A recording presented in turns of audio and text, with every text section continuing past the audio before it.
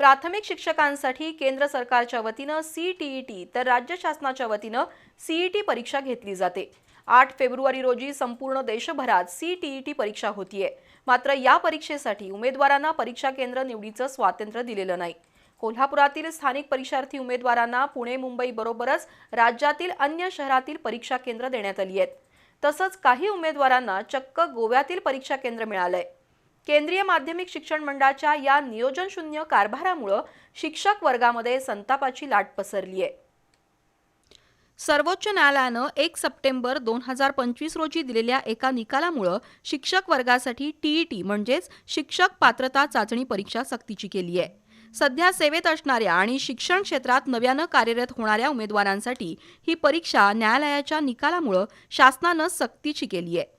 नोकरीत दाखल होत असतानाच ते सेवानिवृत्तीपर्यंत 6 प्रयत्नात ही परीक्षा पास होण्याची संधी देण्यात आली आहे। याचबरोबर मुख्याध्यापकासह अन्य पदावर बढती होत असताना ही परीक्षा उत्तीर्ण असणं हा सुद्धा एक महत्त्वाचा निकष आहे।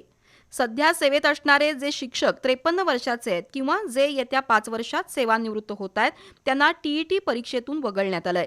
सर्वोच्च न्यायालयाच्या निकालानंतरच्या 2 वर्षात TET परीक्षा उत्तीर्ण होणं सक्तीचं केलंय। त्यामुळे या परीक्षेला बसणाऱ्या उमेदवारांची संख्या जास्त आहे। या वर्षीची पहिली CTET परीक्षा 8 फेब्रुवारी रोजी संपूर्ण देशभरात एकाच वेळी होतीये।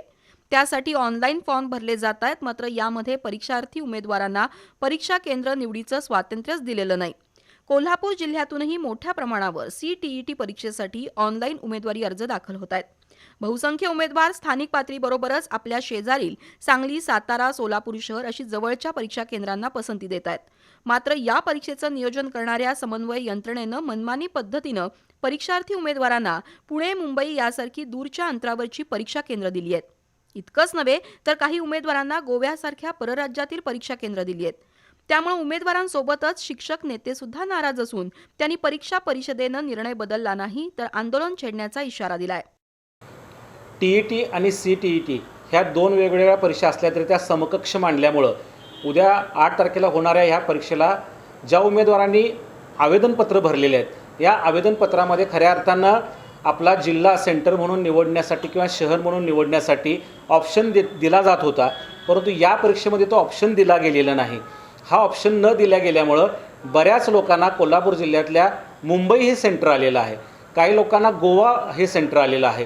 त्यामुळं या लोकांच्यावर एक प्रकारे अन्याय झालेला आहे। हा ऑप्शन न दिल्यामुळं लांब लांबचे सेंटर त्या ठिकाणी आलेले आहेत। या ठिकाणी ईमेलद्वारे शासनाकडे ह्या तक्रारीसुद्धा काही लोकांनी केलेल्या आहेत, परंतु याची दखल राज्य शासनानं केंद्र शासनानं घ्यावी आणि त्यांना सेंटर बदलून द्यावीत अशी आम्ही आपल्याकडे मागणी करतो आहोत। हे सेंटर त्यांना बदलून दिली गेली नाही तर आम्ही तीव्र आंदोलन या ठिकाणी छेडणार आहोत। जिल्हा परिषद पंचायत समितीची निवडणुकीचं मतदान 5 फेब्रुवारी रोजी होत आहे तर 7 फेब्रुवारी रोजी मतमोजणी आहे। या कामासाठीही शिक्षकांना जुंपण्यात आलंय। या राष्ट्रीय कर्तव्यातून शिक्षक रिकामे कधी होणार, 8 फेब्रुवारी रोजी CTET परीक्षा कधी देणार हा सुद्धा प्रश्न शिक्षकांमधून विचारला जातोय। जे शिक्षक सेवेत असून TET परीक्षा देतात त्यांना परीक्षेसाठी 6 महिन्यांची रजा देण्याची सुद्धा तरतूद आहे, पण हा नियमही धाब्यावर बसवला जातोय। याचबरोबर परीक्षार्थी उमेदवारांना त्यांचं केंद्र परीक्षा तारखेच्या अगोदर 2 दिवस कळवण्यात येणार आहे। त्यामुळे 2 दिवसात मुंबई, पुणे, गोवा यासारखा प्रवास करून केंद्र शोधण्याचं दिव्य उमेदवारांना पार पाडावं लागणार आहे। महिला उमेदवारांना सुद्धा अनेक अडचणींना तोंड द्यावं लागणार आहे। TET परीक्षा शिक्षक पेशासाठी सक्तीची असली तरी त्याची अंमलबजावणी करताना येणाऱ्या अडचणींचा यंत्रणेनं विचारच केलेला नाही। त्यामुळे परीक्षार्थी नाराज झालेत।